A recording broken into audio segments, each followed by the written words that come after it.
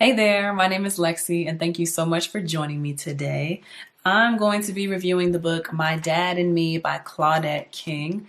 Now, I actually finished reading this book maybe like 2 or 3 months ago. I finished it right after I had finished the Etta James story. So I've been done with this book for a really long time, but I guess I just didn't do a good job of making sure I made time to review the book, and I was lazy with my looks at the time. But today, my hair and makeup was done by my pretty boyfriend, so I'm feeling nice and presentable, and I figured, let me stop messing around and go ahead and review this book. Also, like an insider sneak peek, I guess, Claudette is currently recording the audio for the audiobook of this book that she wrote of My Dad and Me. And so that was another thing that prompted me to go ahead and do the review. So let's get right into it. Goddamn, raise your hand if you working hard. Goddamn, raise your hand if you know you say, yeah. She work, hey, she work, hey, she work, okay, yeah. She work, hey, she work, okay, she work, she's got. You can tell them that you say, you can tell them that you say. I have been working with Claudette King for 3 or 4 years at Rich Productions.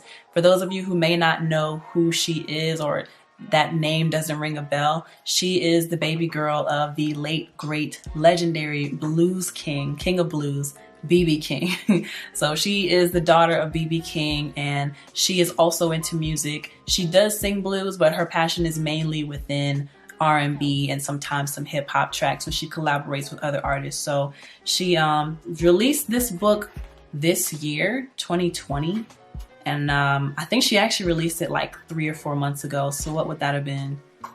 September, October, November, January, February, March, April, May, June, July, August, May, June, July? I don't know. I really should have thought about that before I started this review, but she released it early 2020. So I was able to get a copy, and she actually signed it for me. So anyway, I bought it from her in person, but it is available on her online store. And some things that I really like about this book is the fact that it is such a quick and easy read.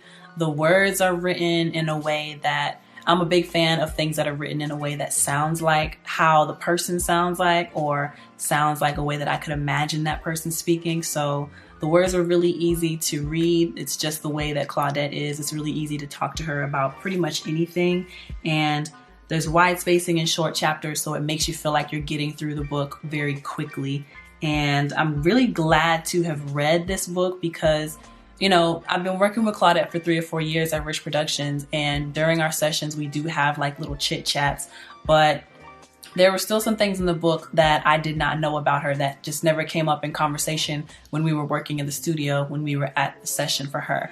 So I'm really grateful for some of the things that she put in there. Some things were painful, but yeah, I'm really happy that she shared that. So that being said, the only thing I don't like about this book, I don't want it to be like come off as negative or whatever, but it's the fact that it is so short.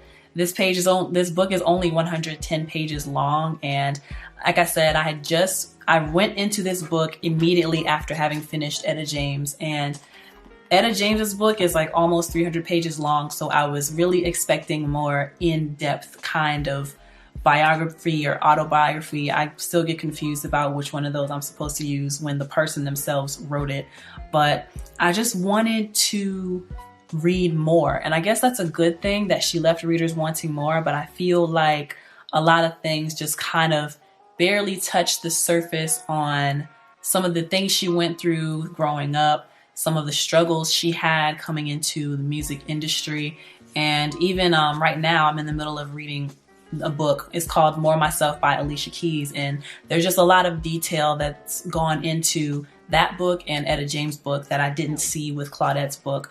So a few examples I would give is there was a childhood trauma that she went through as a little girl, and I wanted her to talk about how that affected her relationships. And she did say that, you know, it made her trust in relationships basically gone because she didn't really trust guys. But I guess I wanted to read about like specific examples within relationships. Like, okay, in Etta James's book, she was naming people. There weren't many names dropped in this book, so I was kind of hoping to hear more names dropped in a more detailed way, the way that Etta James was. I'm comparing it so heavily because, as I said, I had just finished Etta James and went straight into Claudette King, but I just wanted to read more in depth. Like, okay, this specific relationship, I went through this, and this is what happened with this man. This is how we met. This is how we got to whatever crossroads we got to. This is how it ended. Next guy, where I felt like my relationship was tainted by my experience from way back when. This is how we met. This is what we went through. Da da da da, so on and so forth. It affected me mentally in a way that such and such. But what I learned was blah, blah, blah. And so I really wanted to see more specific examples of actual people, and like more of a timeline of certain relationships that probably shaped who she became as a woman. Ew. I hate when people make that mistake of women versus woman. It's many women, a woman. So I can't believe I almost spoke women when I'm supposed to be using it in a single form. But anyway, so yeah, I really wanted to read more detail about her relationships and how what she went through as a child shaped her interactions with people. And then there was mention of drug use and how she was abusing drugs. There were mention of the kind of drugs she was using, but I honestly, unfortunately, do not remember any recollection of her saying specifically how she got hooked onto drugs, like who introduced it, when was her first time trying it.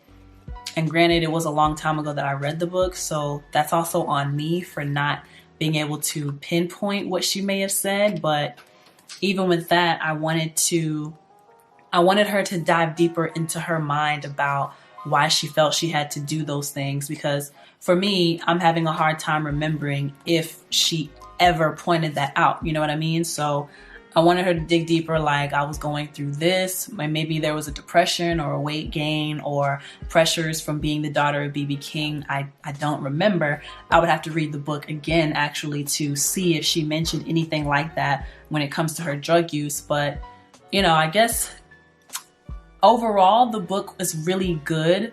I like how easy of a read it was, and it definitely let me on to some things that I did not know about Claudette. But I wanted also, as a female artist, to hear, you know, what kind of struggles did she go through in the music industry. She did say that she had to find a voice for herself and learn how to stand up for herself. Otherwise, people, especially as a woman, will walk all over you within the industry. But I wanted more instances of when she struggled on this journey as an artist, the expectations that she probably had to live up to as the daughter of B.B. King. Or we've had conversations in the studio where she said, you know, blues is not, or she mentioned it in her book too, blues is not necessarily her thing, but because her father is B.B. King, people sort of expect her to do a certain thing instead of like branching off and doing her own thing. And I wanted her to talk more about stuff like that. So that can be seen as a positive or a negative. You know, I want to know more. Will she write another book?